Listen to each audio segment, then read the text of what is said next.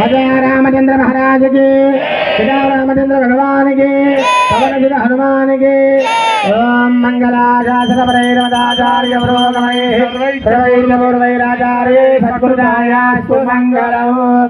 राजा रामचंद्र महाराज की, पिता रामचंद्र भगवान की, कुड़वडंच लक्ष्मी नरसिंह स्वामी गोविंद, कुड़वडंच लक्ष्मी नरसिंह स्वामी गोविंद।